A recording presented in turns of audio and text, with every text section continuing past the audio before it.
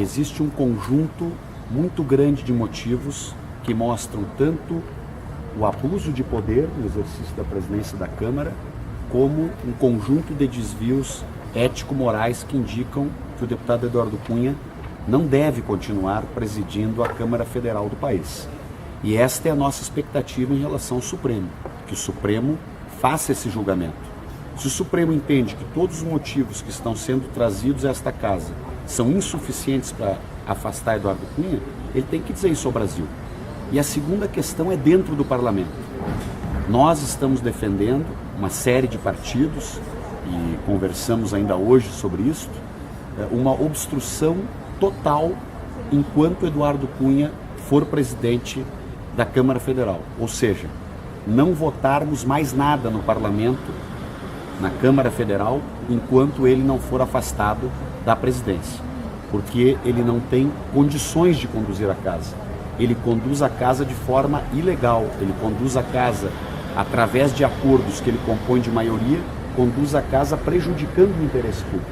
Então a nossa posição é, se ele continua na presidência, por decisão do Supremo, de não julgar o pedido de afastamento, nós vamos fazer a máxima obstrução que pudermos para que nenhuma matéria seja votada sob a presidência de Eduardo Cunha no Parlamento, na Câmara Federal. Quantos partidos, deputados, estariam participando dessa proposta de obstrução? São diversos parlamentares, eu prefiro que a pergunta seja feita a cada um dos partidos. Aqui temos representantes de diversos, mas o nosso partido, o PT, fará isto e sei que outros partidos também farão, por um motivo bem simples.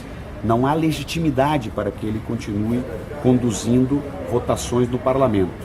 Ele conduz em alguns momentos um conjunto de votações ao seu bel prazer, desrespeitando a lei. Inclusive eu dei esse exemplo ao ministro presidente do Supremo Tribunal, o ministro Lewandowski, quando ele, por exemplo, determinou a forma como o impeachment deveria ser votado.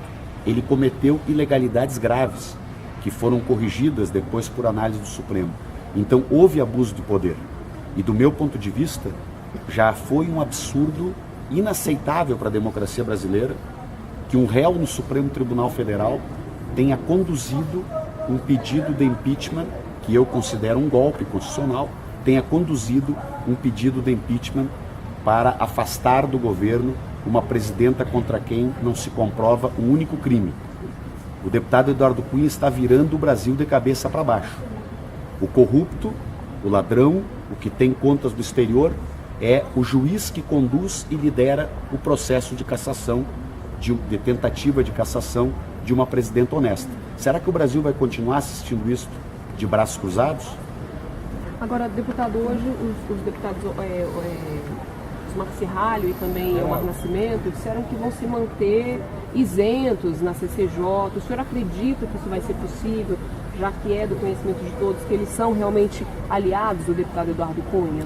Não acredito. O deputado Osmar Serralho está sob suspeita porque ele representa o grupo de Eduardo Cunha dentro da Comissão de Constituição e Justiça.